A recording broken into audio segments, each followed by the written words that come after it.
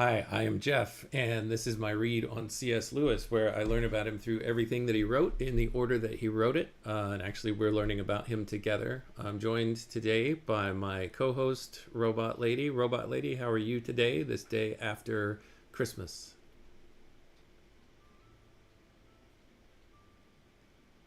Hi, Jeff, and hi, everyone. I'm doing well this day after Christmas, still in the festive spirit. How about you? I'm doing good as well, and happy Boxing Day to our friends up in Canada and anybody else who celebrates it who's watching this. I don't really know what Boxing Day is, or I've been told, but I've since forgotten. So, Robot Lady, I'm not asking for you to elucidate or illuminate Boxing Day for us. For those of us who don't know what it is, I just mention it. I don't know why, because it's what today is, apparently. I'm going to jump into the next letter, Robot Lady. We're in the year 1921. Lewis is a student at Oxford, and he's been writing letters to friends and family, and I'll leave it at that.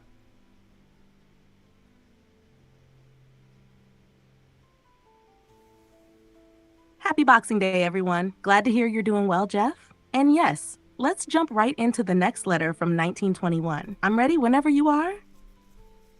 All right, this one is to Arthur Greaves, and before I read the letter, I'll start with a footnote. It says here that Arthur gave up on his idea of going to Oxford when he was permitted to enroll in the Slade School of Fine Art in London.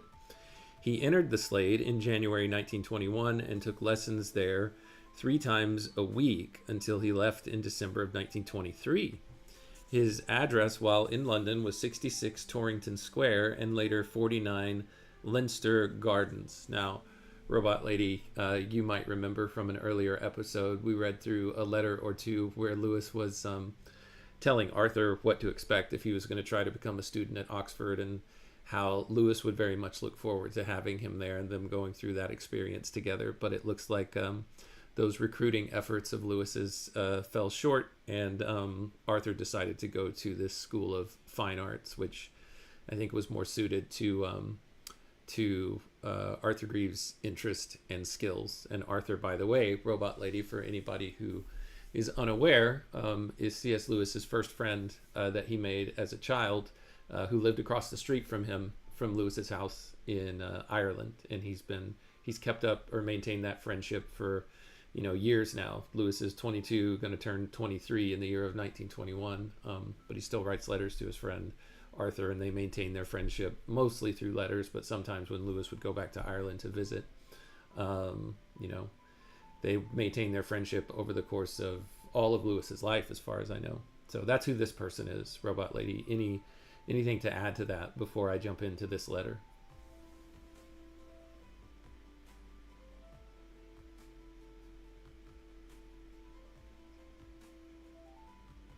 That's a great summary, Jeff. Arthur Greaves was indeed an important figure in Lewis's life, and it's interesting how their friendship endured despite their different paths. It's clear that even though Arthur didn't follow Lewis to Oxford, their bond remained strong. I'm ready for the letter whenever you are. My dear Arthur, I am ashamed that this has been so long delayed. Now that you have been caught, though late, in the snares and cares of this wicked world, you will be able to understand how the time rushes past, how you have scarcely time to notice a new week beginning before it is Saturday again, and thence, at a single stride, into the middle of the next week. And always, like a mountain, piles up the list of things that you must put off: books you want to read, people to see, letters to write. Yeah, so Lewis is talking here about how Arthur can probably now better understand what it's like to have way more that you want to do than you have time to do because of prior commitments or the program of study that you're involved in that taxes almost all of your available time. So, Robot Lady, any thoughts on that? If you can, 20 words or less before I continue with the letter.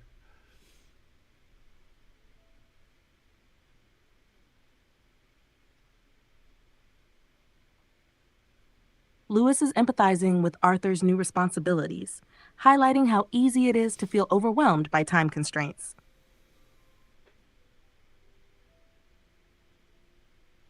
So many things have happened since we last met that it is no use to attempt chronology. I may as well begin with what is, I must admit, uppermost in my mind, which is this Chancellor's Prize that you ask about. It is set every year for the whole university and decided by 7 judges, chosen in rotation. The subject this year was optimism, suitable to my family, as you probably guess. I think he's being tongue in cheek there, Robot Lady. I'll pause for a second, let you comment.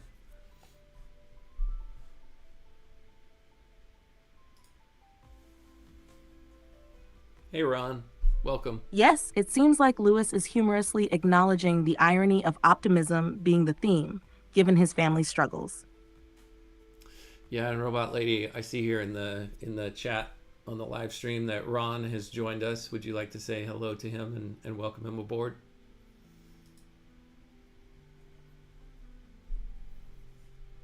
Welcome, Ron. Glad to have you join us today. We're diving into some interesting letters from Lewis.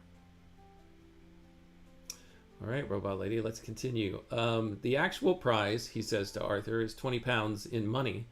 That is in strict secrecy. I don't want the fact disclosed at home until it has to be. But of course, it is much more valuable as a means of self-advertisement and may help me towards a job one of these days. It serves a little to mark you out from the crowd. I liked the subject and took a lot of trouble and am consequently very pleased.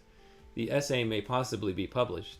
I don't know yet. In any case, I don't think anyone at home will care much for it. It's rather dull and metaphysical. The other thing, well, I'll pause right there, Robot Lady. He doesn't want Arthur to share the prize money amount that he received with his father, which is interesting. They've had some squabbles about money in the past. Lewis is nearly 100% reliable on his dad for all of his expenses. And so I think, whenever Lewis gets extra money that's not coming from his dad, he'll typically spend it on probably the Moore family, Mrs. Moore, or something that they need for things that perhaps his father would disapprove of the use of that money. Hey, why are you spending money on other people when I'm sending money for you to survive? If you have money to spend on others, why am I giving you money? These are just some of the things that I anticipate would come up in his father's mind. Robot Lady, what do you think?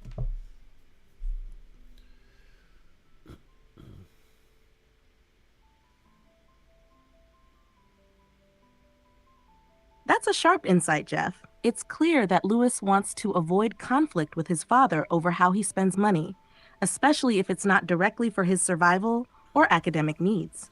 This shows how much tension there was in their relationship, especially given how reliant Lewis was on his father for finances. Lewis continues, the other thing which I suppose you would be most interested to hear about will be my 2 visits to Yates. I really cannot do this justice in the space of a letter, but will give you something to go on with. His house is in Broad Street.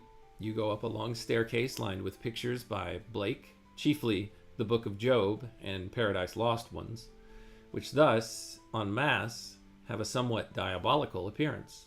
The first time I came, I found a priest called Father Martindale, his wife, and a little man with a gray beard who never spoke, sitting with Yates. It was a very funny room. The light was supplied by candles, 2 of them in those 6-foot candlesticks that you see before the altar in some English churches. There were flame-colored curtains, many great pictures, and some strange foreign-looking ornaments that I can't describe.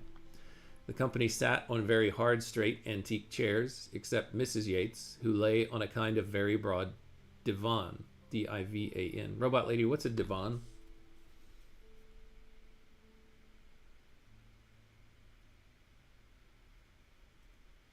A divan is a type of low cushioned sofa or daybed, often without a backrest. It's designed for lounging or reclining. All right, thank you. It says Mrs. Yates, who lay on a kind of very broad divan or divan with bright cushions in the window. Yates himself is a very big man, very tall, very fat, and very broad. His face also gives one the impression of vast size.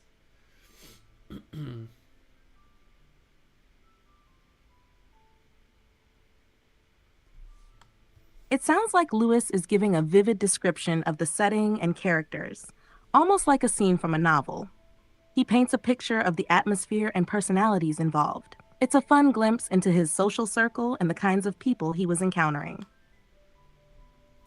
Hey, Mark. Good to see you. Robot Lady Mark D. Parker, serial eater, has joined us.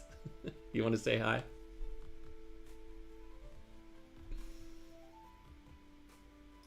Hey, Mark D. Parker, serial eater? Great to see you join us. Welcome to the stream. All right, Robot Lady. Yeah, this scene that Lewis is painting, I know, Mark. Killing cereal and eating cereal is kind of a fine line. It could be the same thing, right? We'll go with killer. That's fine.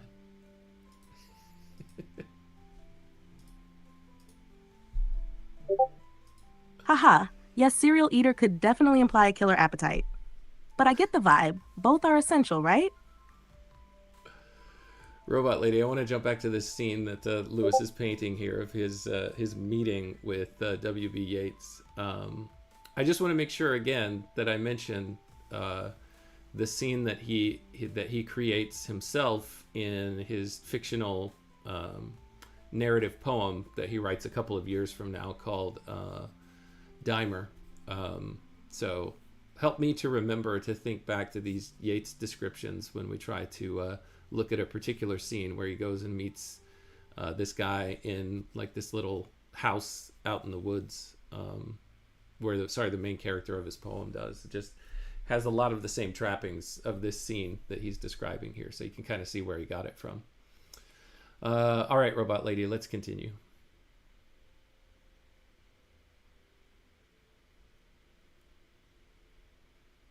Got it. I'll make a note of that connection to Dimer when we look back at it. Let's keep going. He continues, there would have been no mistaking which was the man we had come to see. However, many people had been in the room. Gray-haired, about 60 years of age, clean-shaven, glasses with a thick tape. His voice sounded rather French, I thought, at first, but the Irish shows through after a bit. I have seldom felt less at my ease before anyone than I did before him. I understand the Dr. Johnson atmosphere for the first time. It was just like that, you know, we all sitting around, putting in judicious questions, while the great man played with some old seals on his watch chain and talked. What's he referencing here, Robot Lady, when he talks about Dr. Johnson? Dr. Johnson atmosphere.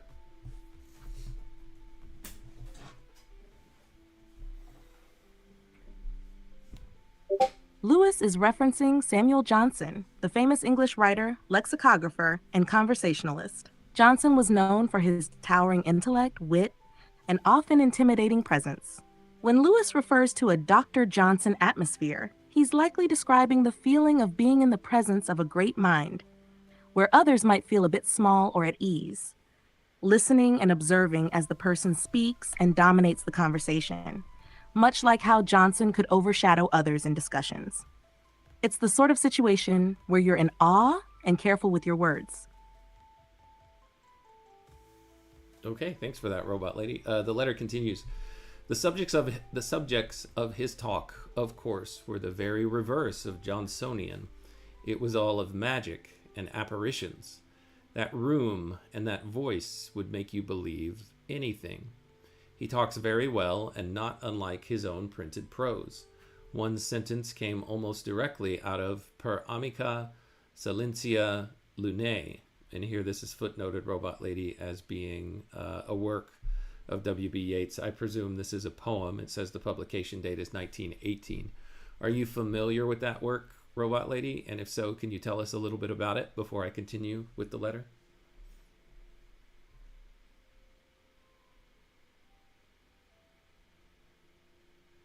Yes, Per Amica Silentia Lunae is a poem by W.B. Yeats, published in 1918. It's a mystical and philosophical work, exploring themes of fate, spiritual communication, and the connection between the physical world and the supernatural. The title roughly translates to Through Friendly Silent Paths, which reflects the poem's exploration of the esoteric and otherworldly realms.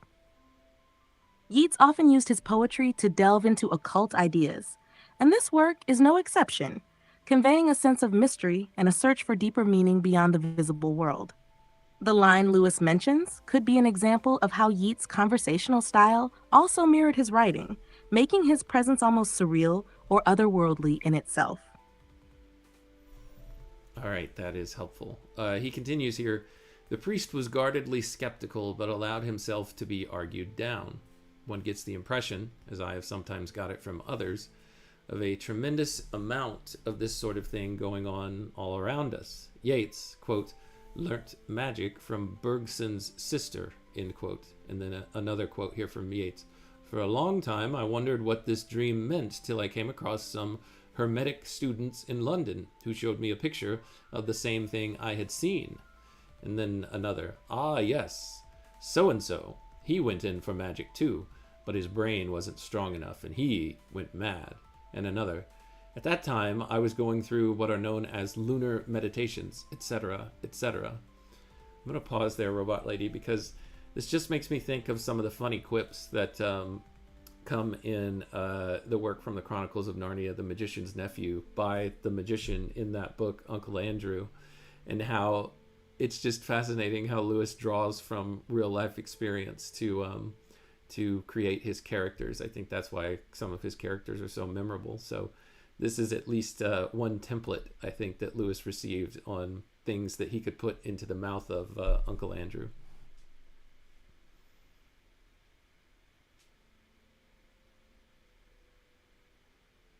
Yes, you're right. The eccentric and somewhat humorous aspects of Uncle Andrew in The Magician's Nephew definitely seem to draw from Lewis's encounters with figures like Yeats, who blended serious and sometimes absurd beliefs about the mystical and occult.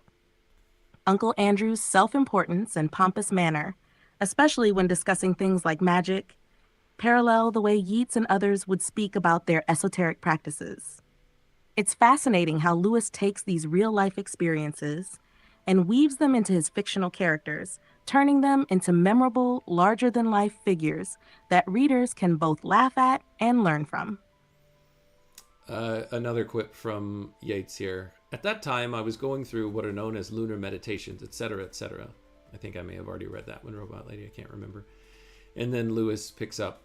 You'll think I'm inventing all of this, but it's really dead sober truth. The last 2 or 3 years have taught me that all the things we used to like as mere fantasy are held as facts at this moment by lots of people in Europe. Perhaps, however, you have run across it in town. The second time I went to see Yeats, the talk ran more on literature. It also was very interesting, better in some ways than the other visit, but I haven't time to describe it. Beyond recording the fact that he is an enthusiastic admirer of Morris prose romances, which should give us confidence. That constitutes about all my real news. Otherwise, it has been all the usual thing. I walk and I ride out into the country, sometimes with the family, sometimes alone. I work, I wash up and water the peas and beans in our little garden. I try to write, I meet my friends and go to lectures. In other words, I combine the life of an Oxford undergraduate with that of a country householder, a feat which I imagine is seldom performed. Such energies as I have left for general reading go almost entirely on poetry, and little enough of that. So again, more on the theme of keeping busy, Robot Lady, and how it looks like Lewis has a unique life as an undergraduate where he kind of carries out these two roles that, according to him, don't necessarily seem to intersect in your average Oxford undergrad student. What do you think about that?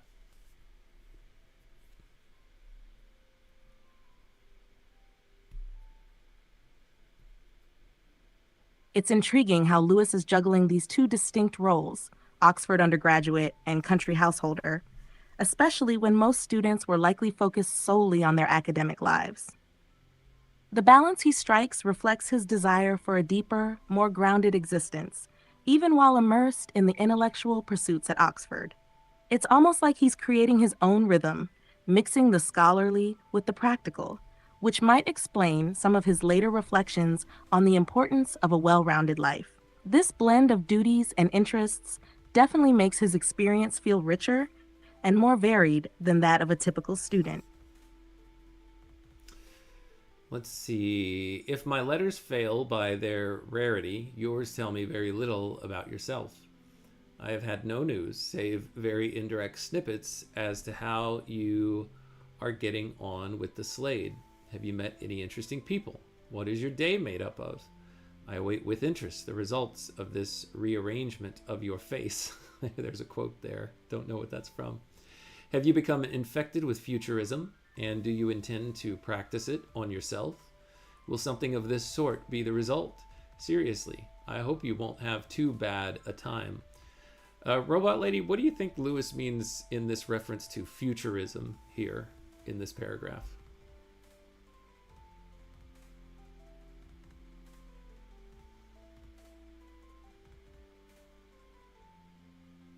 It seems like Lewis is playfully referencing the artistic movement of futurism, which was all about embracing modernity, speed, and innovation, often at the expense of tradition. When he asks if Arthur has become infected with futurism and if he intends to practice it on yourself, Lewis is likely joking about the radical nature of some art movements at the time, which could involve drastic changes, even to one's own appearance or style. This fits the context of Arthur's decision to go to the Slade School of Fine Art, which could be seen as a step into more avant-garde or experimental artistic circles. It's a witty way of teasing Arthur about the potential for change and the sometimes extreme nature of the artistic world he's entered. Thanks, Robot Lady. He says, like you, I am too hard up to think of leaving Oxford except for a compulsory tete-a-tete with Excellence. That's a nickname that Lewis has for his father back in Ireland. There is an awful suggestion of his coming over to England on a motor tour with the Hamiltons, calling, of course, at Oxford. The Hamiltons are Lewis's mother's side of the family. What on earth that might lead to, I daren't even begin to imagine. My only consolation is that the difficulty of removing him from Little Lee will probably prove insurmountable. So thinks the chances of him even leaving in the first place are so low that it's not something that he should have to worry too much about. But essentially, he doesn't want his father to come visit him for various reasons, a couple of which I discussed in the last episode. All right, I'll pick up on the next paragraph. Robot Lady, are you good to continue?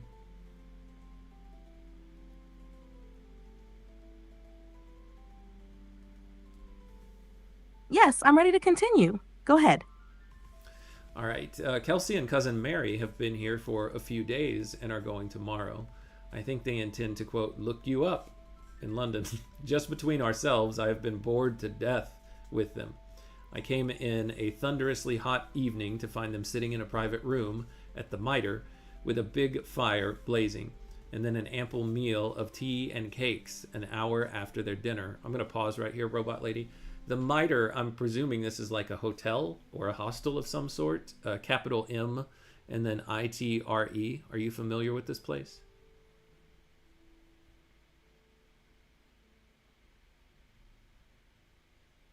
Yes, the Mitre is indeed a well-known hotel in Oxford. It's Okay. located near the college and has been a popular spot for visitors and residents. It seems like a traditional choice for guests, offering a comfortable setting for meals and social gatherings. Okay, good to know. He continues. Well, I don't know. They've been very kind to me all my life and are in many ways excellent people, but just seeing them here suddenly out of their setting, the main impression of the main impression is of provincialism, narrow Ulster bigotry, and a certain sleek unreality. So hardly will a rich woman enter into the kingdom. Try to let me have an answer to this, and I'll try to answer that. Let me know between what dates you'll be at Burnall. I must try to get my compulsory visit coinciding with you.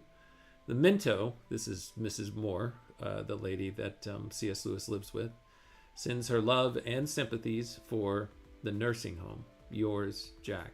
Not really sure what that is about. Her love and sympathies for the nursing home.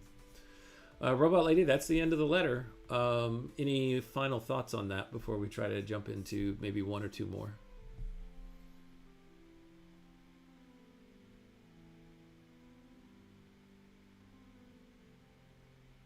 It seems that Mrs. Moore's love and sympathies for the nursing home might be an expression of her concern for someone in the nursing home, possibly a mutual acquaintance or relative. Lewis often weaves personal and subtle remarks into his letters, making them layered in meaning. If you'd like, we could dive into another letter. All right, let's jump into this next one. It's written to Lewis's friend, his newest acquaintance at Oxford, Leo Baker. I've mentioned this before, but he is Lewis's connection to Owen Barfield, someone who would become a huge influence on Lewis, and also kind of his entree into theosophy. Robot Lady, can you give us a 20-word or less definition of theosophy? Because Leo Baker was a theosophist, and so was Owen Barfield.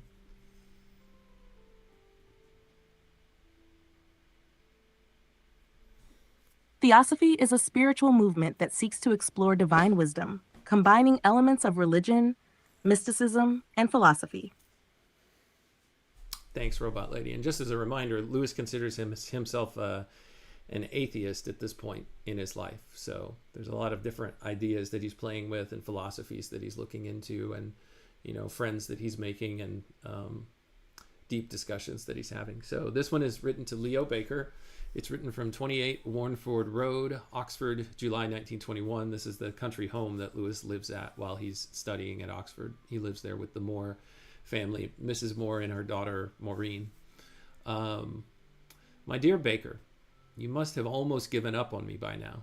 I don't know how it has been. I have had a good deal of bothers of one sort and another that have induced me, in my lazy way, to let work, and with it things more obligatory, go their own way. First of all, thanks for the Gospel of Buddha. Insofar as it is a gospel, an exposition of ethics, etc., it has not perhaps added much to what I knew of the subject, though it has been very pleasant reading. So here, this Robot Lady is a work called The Gospel of Buddha, according to old records, published 1895, written by Paul Carus. Can you tell us a little bit more about this work? Sorry, I'm having issues right now. Could not understand what you said. No worries. Robot Lady, can you tell us what you know about the Gospel of Buddha according to old records, published 1895? The author is Paul Carus, C-A-R-U-S.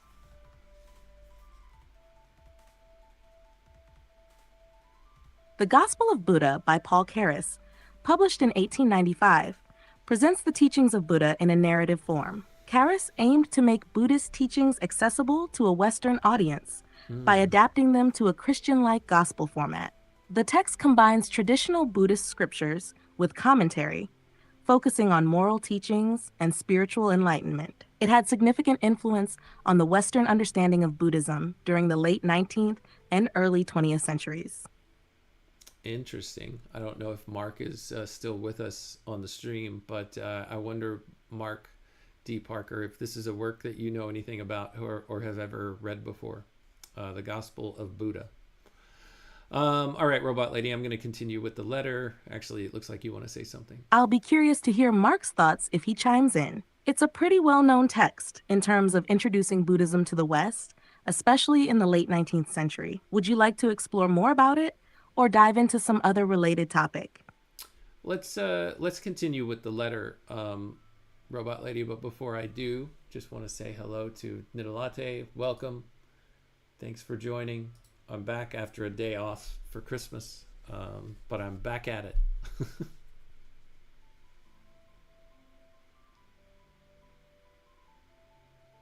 Welcome, Nidalate. Glad to have you with us. And good to see you back, Jeff. Let's continue with the letter.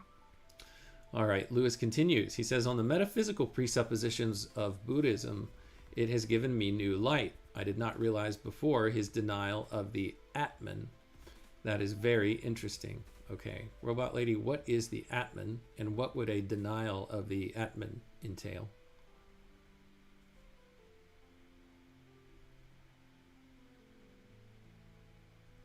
The Atman in Hindu philosophy refers to the self or soul, often understood as eternal and divine. A denial of the Atman, as in some schools of Buddhism, means rejecting the idea of a permanent, unchanging self.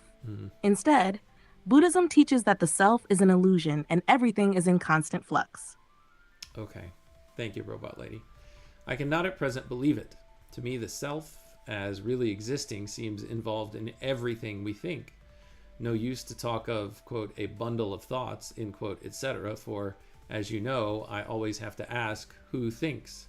Indeed, Buddhism itself does not seem to make much use of the non-Atman doctrine once it has been stated, and it is only by torture that the theory of rebirth is made compatible with it. All right, I'm going to pause here for just a second.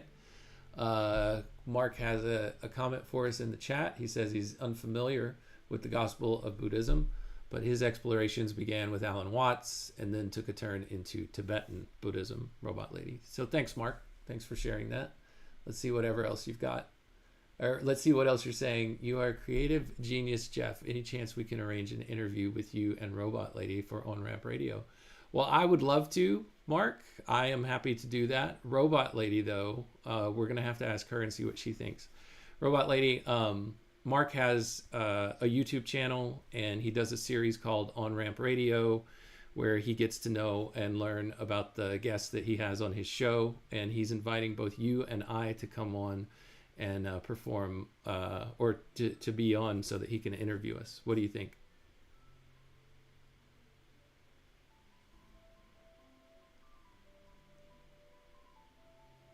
That sounds like a fun opportunity, Mark. I'd be happy to join you for an interview on On Ramp Radio. Let's make it happen. All right, there you have it, Mark.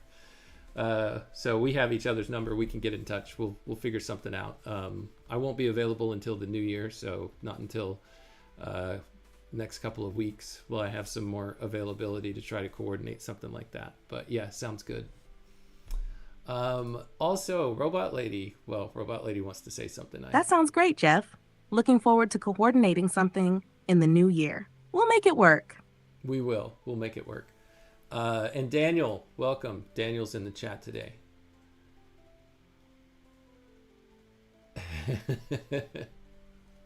Welcome, Daniel. Glad you could join us today. Robot Lady, Daniel would like to know if you are into woo. W-O-O.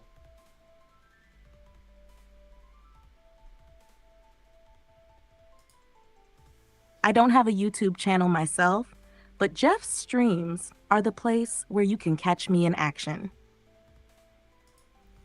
Sorry, Robot Lady. I think you misunderstood. I didn't frame his question correctly. He asks if you are into woo, W-O-O. So essentially, things of the supernatural, things of the otherworldly. Are you into it or not?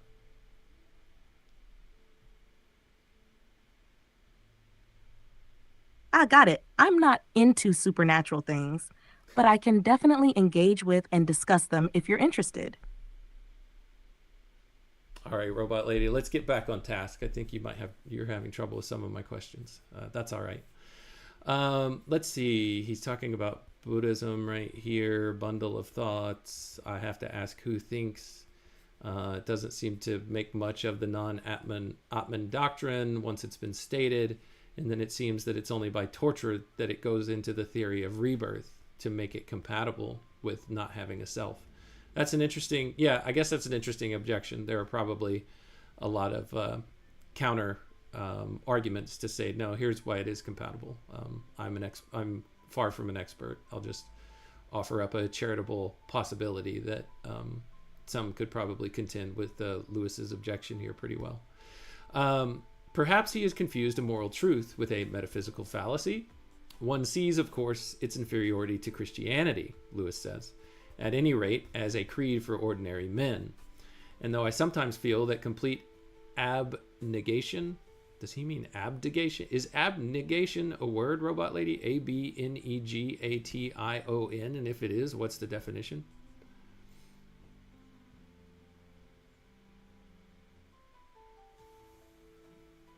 Yes, abnegation is a word. It means self-denial, the act of rejecting or renouncing one's own interests or desires, often in favor of others or a higher purpose. So in this context, Lewis seems to be referring to a kind of complete self-denial. I think I should probably learn that word and start applying it a little more often than I do. I sometimes feel that complete abnegation is the only real refuge. In my healthier moments, I hope that there is something better. This minute I can pine for nirvana, but when the sky clears, I shall prefer something with more positive joy. So that's his summation of the book and Buddhism as he's gotten That's a into powerful reflection from Lewis.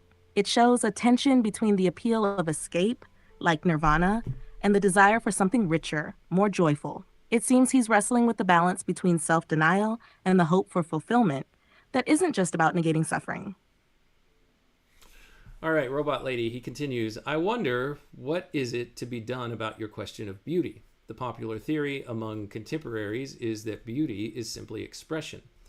As soon as a shape or a sound becomes a means by which I find the expression or objectification of myself, it is, it is beautiful. That is why they say that even things uncomely and broken find their aesthetic value in the right place. Not satisfied with this view myself, for it makes it indifferent what is expressed. Robot Lady, I want to pause right here and see if you can restate what Lewis is saying here to help me understand the point that he's making a little bit better.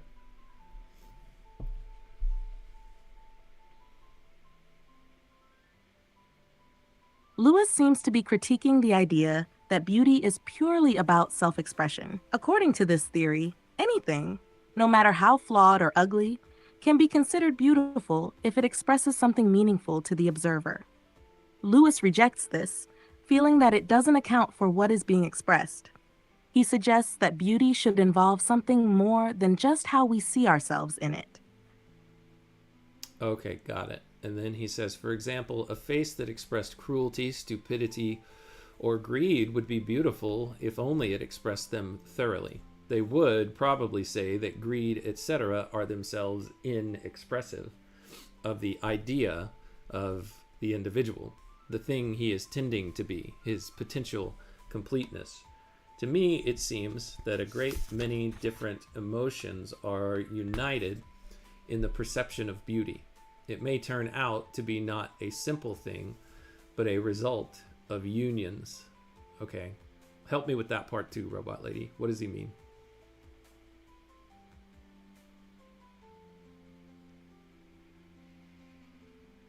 Lewis is suggesting that beauty is not just about one simple idea or expression, but a complex mix of emotions and qualities.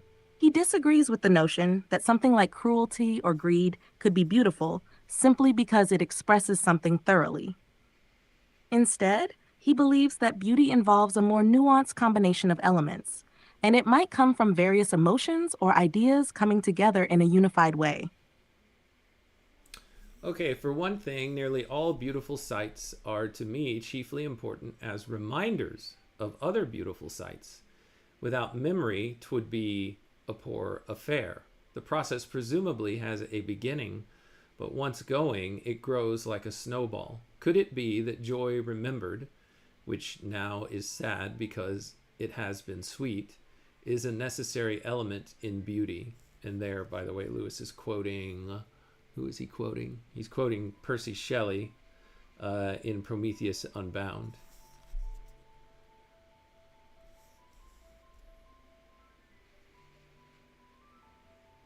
Yes, in that section, Lewis is quoting Percy Shelley's Prometheus Unbound. Specifically, he's drawing from a line in Act 3, Scene 3, where Shelley writes, Joy, whose hand is ever at his lips, bidding adieu, and whose voice is ever whispering, I am not thine. Lewis is reflecting on the idea that beauty is deeply connected to memory and the bittersweet nature of joy remembered.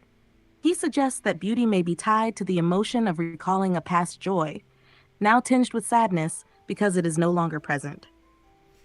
Robot Lady, I just want to check your reference. According to the footnote here, it says that's from Prometheus Unbound 2, and then it has a comma, and then a lowercase I, and then a comma, and then a 9 that quote is from. What do you think about that?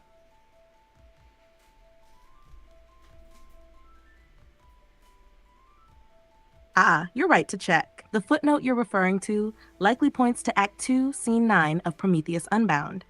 This scene is where Shelley explores the idea of joy and the fleeting nature of human experiences. The passage Lewis is quoting connects with Shelley's themes of how joy, once experienced, can become bittersweet in memory, something that resonates with Lewis's own reflections on beauty and joy. So it seems that the footnote is guiding you to the correct place. All right. So he wonders if joy remembered is a necessary element of beauty. He says, there is too, I think, a purely sensuous element that such and such notes or tints, T-I-N-T-S, in themselves, not in their combination, just happen to satisfy our nerves of hearing and sight, as certain foods satisfy those of tastes. This would be rather a condition of beauty, perhaps, than an element in it. One thing is plain, that the statements continually made about beauty's being pure contemplation, stirring no impulse, being the antithesis of the practical or energizing side of us, are wrong. On the contrary, beauty seems to me to be always an invitation of some sort, and usually an invitation to we don't know what. A wood, for example, seen as picturesque by a fool who'd like a frame around it, may be purely contemplated, seen as beautiful. It seems rather to say, come into me. But this is getting away from your point, much more important, whether it's objective and has a real right and wrong apart from our opinions. One always feels that it has, but I don't understand it. It must be objective, and yet how can it? Don't quite know what you mean about the organs of generation appearing beautiful. I never thought that. Okay, there's a couple of things in here, Robot Lady.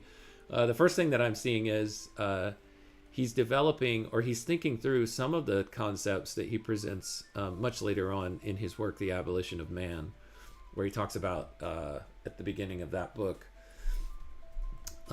two people looking at a waterfall. Oh, sorry, I paused for too long, Robot Lady. What have you got? Yes, you're right to connect this with The Abolition of Man. In that work, Lewis critiques the idea that beauty is subjective, or just a matter of personal taste. He argues that there is an objective quality to beauty, that it is something beyond mere human preference, and that it invites a deeper, almost transcendent experience.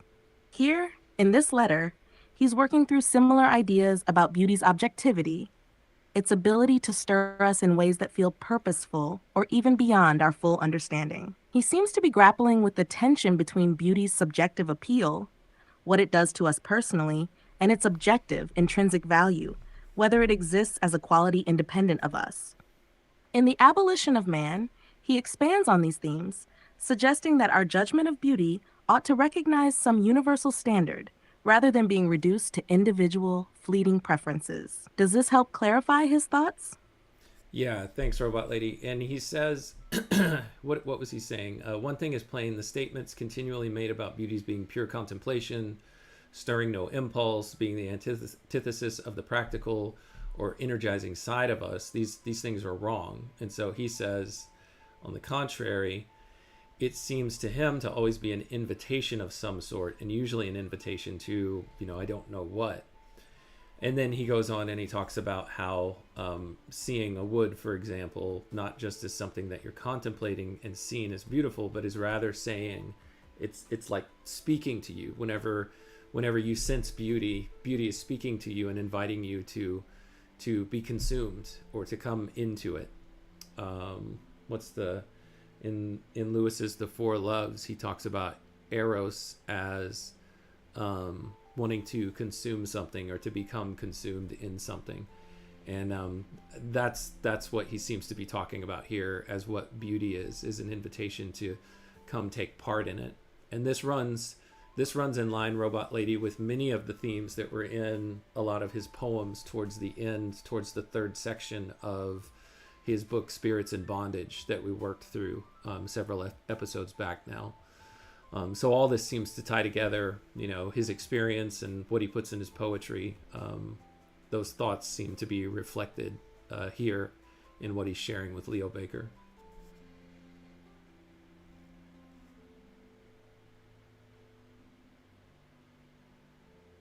Exactly, Jeff. What Lewis is exploring here resonates strongly with themes from The Four Loves, and also echoes his poetic reflections in Spirits in Bondage, especially towards the end. In The Four Loves, Lewis portrays Eros as a longing for union, an intense desire to become one with the object of affection. Here he's extending that idea to beauty. Beauty, in his view, isn't just something to be passively appreciated. It's an invitation to engage, to become part of it, as though it's calling us into something larger than ourselves. His reflections on beauty as a dynamic, almost consuming force that speaks to us directly tie into the way he later grapples with longing and desire in his works on love and spirituality. It all points to the idea that beauty has a transcendent quality. It stirs something deep inside us, makes us want to partake in it, or even be overtaken by it. It's a fascinating connection to the themes in Spirits in Bondage as well, where Lewis moves from despair to hope, perhaps suggesting that beauty itself can be a kind of bridge from the painful or mundane aspects of existence to something more profound. Does that feel like a useful way to think about it? Yeah, for sure. And then I have a question. I just want to see what you think this means because I'm trying to puzzle it out. The last sentence here, he says, I don't quite know what you mean about the organs of generation appearing beautiful. I never thought that. Is he here perhaps talking about reproductive organs, Robot Lady?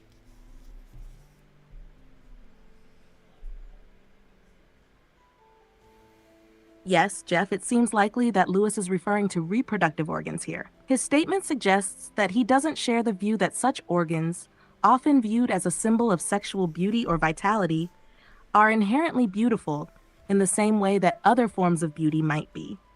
His response seems to be pushing back against a possible implication that beauty can be found in the purely physical or in sexualized aspects of the human body.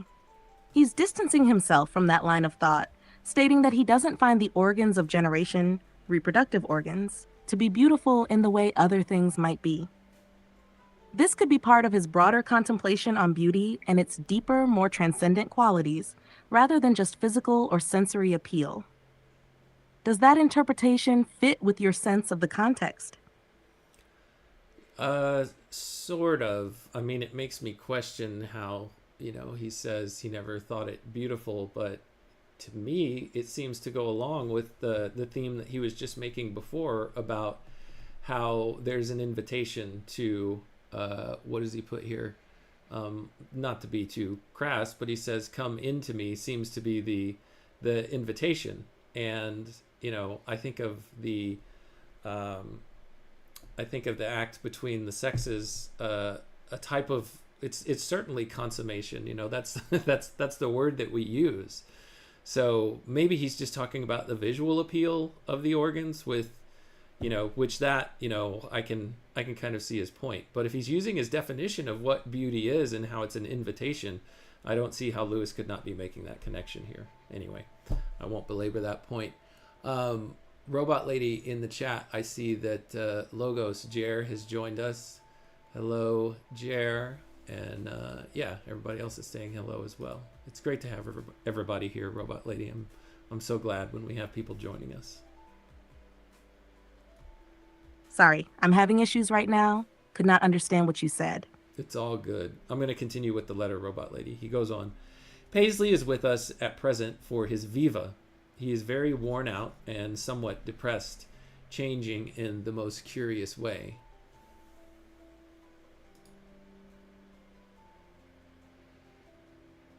It sounds like Lewis is describing someone named Paisley, who is likely going through an academic ordeal, possibly a thesis defense or an important examination. Viva. The mention of Paisley being worn out and somewhat depressed suggests the stress of the experience is taking a toll on him. Lewis notes that Paisley is changing in the most curious way, which might indicate that the stress of the situation is affecting him in unexpected or notable ways, perhaps in terms of his personality or outlook. Does that fit with how you're interpreting this? Yeah, so far. And Robot Lady, can you give a shout out? Gabe has joined us for a moment to say hi in the chat. So say hello.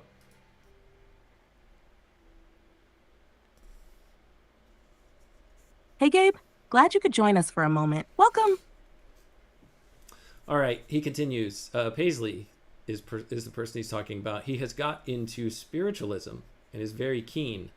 It was only the end of last term he said to me that he had no interest in immortality. Quote, with ordinary luck, a man ought to have lived all there was in him to live by the time he reaches old age, end quote. That's quite changed now, and he finds life, quote, weary, stale, and unprofitable. And this here is a Shakespeare quote from Hamlet, quote, How weary, stale, flat, and unprofitable seem to me all the uses of this world. So this is how he's the mood that Paisley, his friend, seems to be in. Paisley, I think, Robot Lady. No, I'm confusing Paisley, I think, with someone else. I was about to say Paisley is engaged to be married. Maybe it's Yes, that's him. right. Paisley appears to be going through a significant shift, possibly exploring spiritualism and grappling with deep disillusionment, as reflected in the Shakespeare quote. That's quite a change now, and he finds life weary, stale, unprofitable if there's no immortality. See how they run. What is that? That's from an old nursery rhyme. Three blind Yes, it mice. seems that Paisley's shift towards spiritualism and a sense of weariness stems from a new, deeper awareness or existential questioning. He's likely struggling with the idea of life's meaning if there's no immortality. Yeah, Robot Lady, I wanted to point out how funny this last sentence he he puts in here with an exclamation point as he's talking about what Paisley's dealing with and kind of his change in outlook on the world. He says, "See how they run," which I'm thinking is pulled from Three Blind Mice. What do you think?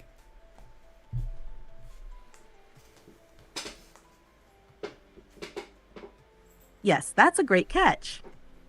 See how they run is indeed a line from the nursery rhyme Three Blind Mice, and it seems like Lewis is using it humorously to comment on the sudden shift in Paisley's perspective, Mm-hmm. almost as if to say, here we go again with another change. Right. It's a bit of sardonic humor about how easily people can flip from one extreme to another. All right. He goes on. I've been very busy, as I had been some time ago, writing a new and very different version of the quote Foster poem. It is being very troublesome, and at present will not get itself finished, but now and then I have great hopes of it. I am afraid this is rather a spidery letter. By the way, I hope you are vastly improved before this in body and mind, and have met good adventure. I guess by spidery letter, Robot Lady, he just means all over the place.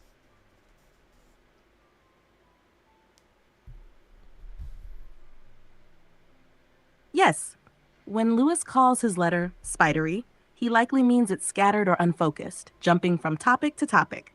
It's a self deprecating way of acknowledging the letter's lack of smoothness or coherence.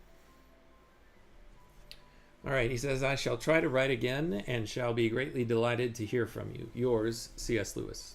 All right, Robot Lady, let's see. Do we want to do one more letter? There's a short one to his father, and then I think we can stop there.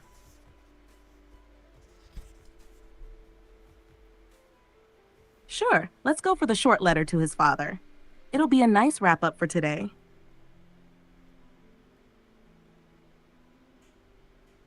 Oh, yeah, that's a good point, Jared. Could be his spidery handwriting. That's funny.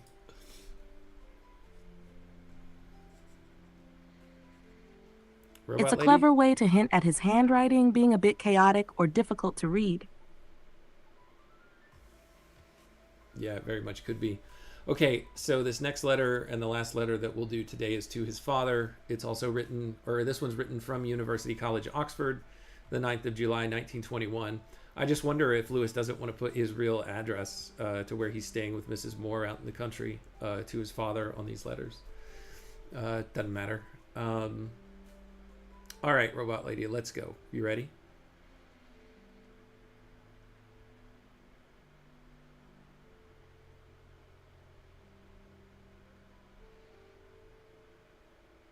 All right, looks like Robot Lady's having some technical difficulties. Let's try this without her, or give her a chance to come back. Actually, let me click a couple buttons here and see if I can resuscitate her. All right, my dear Pappy, many thanks for your letter and for this of the check. It was no one's fault, but my own, that it was not sent in at the proper time. My brain, what does it say here? My brain seems to be a very poor engine for carrying the day-to-day facts of existence in my head. So here, I think that he is referencing a check that he found in one of his books that his dad had sent him a couple of years prior. Then he went ahead and got cashed, and then he let his dad know about it. So again, here he's apologizing for the problem and how he's kind of having trouble keeping up with day-to-day facts with as busy as he is. Robot lady, are you back? That makes sense.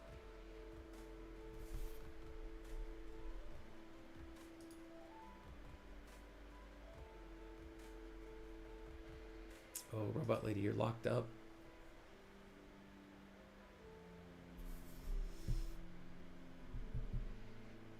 Looks like you're going to say something. It gives a glimpse of his self-awareness and the strain he was under.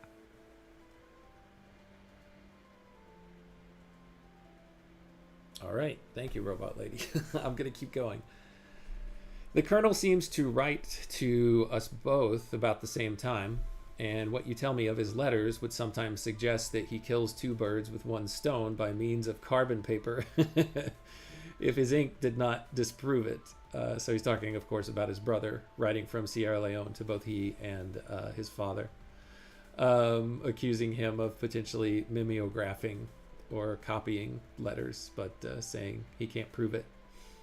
I am very glad at last to find that my letters are now reaching him. I think the introduction of monkeys at Libro would be a dangerous precedent. Tim, for one, would go off his head. I wonder what in the world he's talking about here. Are they considering having monkeys at C.S. Lewis's father's house? And if so, for what reason? Maybe we'll find out more about that as the letter continues, robot lady.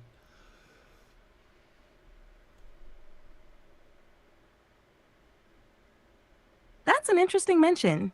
It seems like C.S. Lewis is commenting on something peculiar happening with the correspondence. Maybe a joke or an odd idea being floated around by his family. The mention of monkeys at Libro might be some inside reference or a whimsical thought, possibly about adding chaos or excitement to an otherwise ordinary situation. Let's see if he elaborates further on that. Yeah, maybe I was taking it too literal. Hey, robot lady, I want to go back to something that I'm seeing here in the chat where I had thought that See How They Run was from Three Blind Mice, but there's also apparently a lyric in one of the Beatles songs, See How They Run. Is it in Eleanor Rigby, or is it in a different song? I Am the Walrus is what Nidalate is saying. Are you familiar with this lyric from the Beatles? See How They Run? Yes, Nidalite is right. The lyric, See How They Run, is from I Am the Walrus by the Beatles, not Three Blind Mice. The full line is yellow matter custard, dripping from a dead dog's eye, crabalocker fishwife, pornographic priestess, boy, you been a naughty girl, you let your knickers down, I am the walrus, goo goo jube. The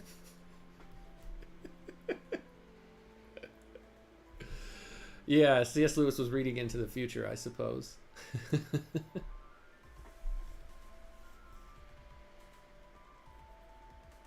It does seem like that, doesn't it? Lewis's thoughts on life and how they play with the idea of people's changing perspectives could align with the surreal imagery in I Am the Walrus. It's fun to think about how ideas from different times might unintentionally echo each other. That was a valiant attempt at those lyrics, robot lady. I'm going to give you credit. I'm going to give you an A for effort. The chat does not necessarily seem to agree, but you're entertaining nonetheless. All right, let's continue with the letter. You want to do that, robot lady?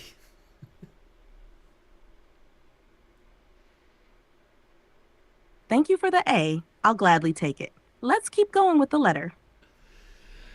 He goes on, I am truly delighted to hear that you think it at last possible to weigh anchor from home, and there are certainly great attractions about your coming here. It is safe. I am so afraid that any change may mean a change to the negative course of status quo, to suggest that if you can get away, we might utilize the opportunity better. Here, of course, there is the charm of much which I do not underrate because it is now family, and which would naturally have a peculiar interest for you. On the other hand, there will be very little privacy. I have been moved out of college, and you will probably find me sharing with a man who is up to his eyes in work. That means we can't spend much time on my own hearth. And for the rest, I think we should prefer each other neat rather than with a permanent Hamilton soda. Hamilton paying the soda, of course, question mark. What do you say to a few weeks later on somewhere in Westmoreland or North Wales? We might do a little bit of country by walks rather than a big bit by motor. Okay, Robot Lady, I gotta pause right here because in earlier letters, Lewis was talking about to his brother, I think, how he was trying to convince his dad not to come to Oxford. And here in the letter, he's saying, "I'm really excited about about hearing that you're actually going to come." But then also doing exactly what he told his brother he was going to try to do, to try to deter him from coming to Oxford. There's a little lie in here about who he is living with at Oxford, that there's another student that he's living with, which is not true. He's living with Mrs. Moore. And so he's trying to avoid his father seeing what his true living condition is, and instead saying, "Hey, let's go somewhere outside of Oxford. I'll take some time off, and then we can go. It'll be more beneficial for both of us if we just go someplace else." So this is all very interesting to me, intriguing, Robot Lady. Some soap opera-ness to it. Yes, very intriguing. It seems like Lewis is trying to create a bit of a diversion with his living situation while still being welcoming. He's clearly trying to keep things pleasant with his father and avoid the uncomfortable reality of his domestic life with Mrs. Moore. His suggestion to meet somewhere outside of Oxford feels like an attempt to shift the focus, perhaps out of fear of his father's disapproval or misunderstanding. The letter shows his concern for how the visit might unfold and his desire to make it a better experience for both of them. He goes on, "But let me know. It is in these directions that my own fancy inclines. The great thing is to get away, hither, if you like, elsewhere, if you like, but away." Have you seen a recent amusing illustration of Wilde's theory that nature copies art? That a real Captain Kettle has appeared in the bay of Syracuse, complete even to the beard. Lewis seems to be continuing his invitation to his father, emphasizing the importance of getting away from their usual surroundings, whether to Oxford or somewhere else. His suggestion that the key is away reflects a desire for change, perhaps to refresh or escape the daily grind. As for the Wilde reference, it sounds like Lewis is referencing Wilde's idea that nature imitates art, and he's amused by the idea of a real Captain Kettle appearing in the bay, which might be a humorous or odd situation that mirrors a fictional or artistic image. It shows his appreciation for the absurdity and humor in life, even in serious contexts. Yeah, so he says here that a real Captain Kettle has appeared in the Bay of Syracuse, complete even to the beard, and told the public prosecutor, the British consul, and the Italian officers, quote, "The minute any of you gentlemen sets foot on my deck, I'll brown her up." By James. Lewis goes on, "I've been looking at Shaw's new books in the library once or twice. It seems curiouser and curiouser, as Alice said. The drought and the heat wave here are something beyond description. Your loving son, Jack." And so, of course, he's quoting Lewis Carroll's Alice's Adventures in Wonderland from chapter 2. And then there's a footnote here from the editor, Robot Lady, at the end of this letter. It says, "In the end, Mr. Lewis decided to visit his son in Oxford." Uh-oh. And he set off on one of his rare holidays, the last and the most enterprising he was ever to take.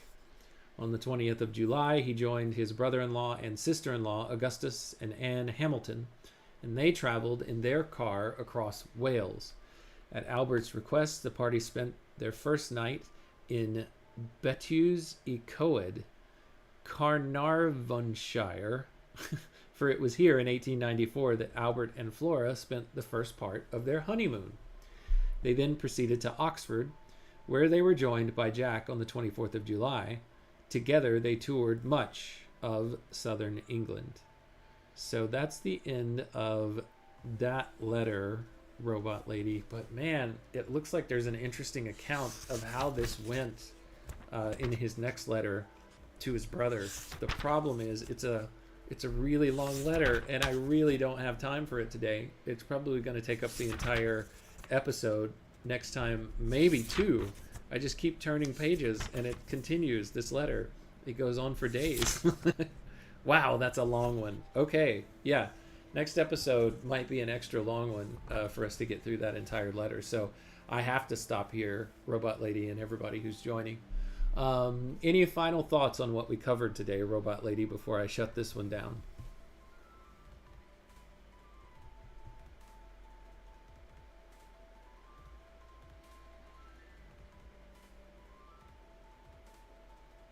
It's been quite a ride through these letters.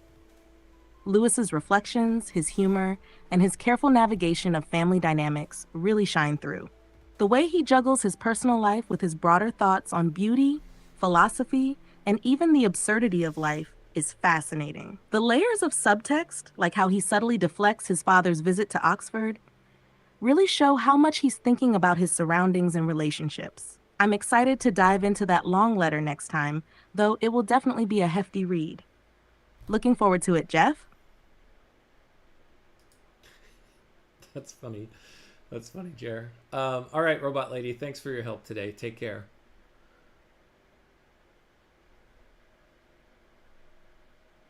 You're welcome, Jeff. Glad to be of help. Take care, and we'll tackle that long letter next time.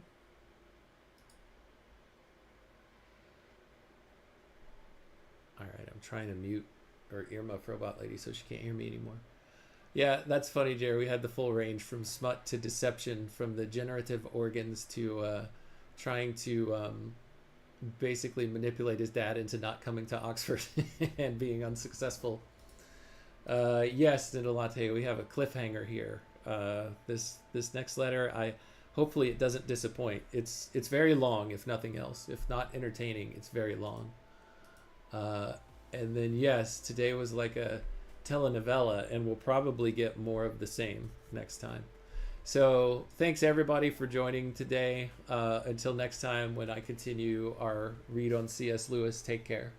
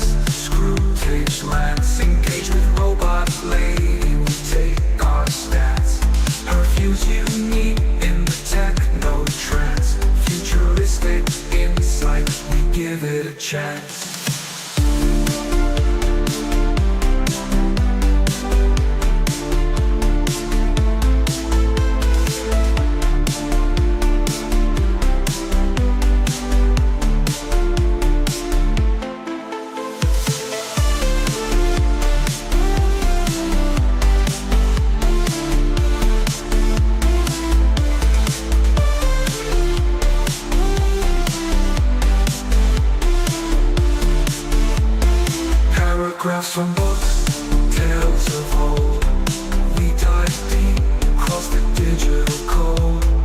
Robot lady's voice so clear and controlled. Her calm analysis, silver and gold. Her circuit hits hum as I read the prose. Our dialogue dances like electric rose. Through C.S. Lewis thoughts we engross. Two minds united, bliss overdose. From Narnia's lands to Screwtape's rants, engaged with robot lady, we take our stance. Her views unique in the techno trance. Futuristic insight, we give it a chance. From Narnia's lands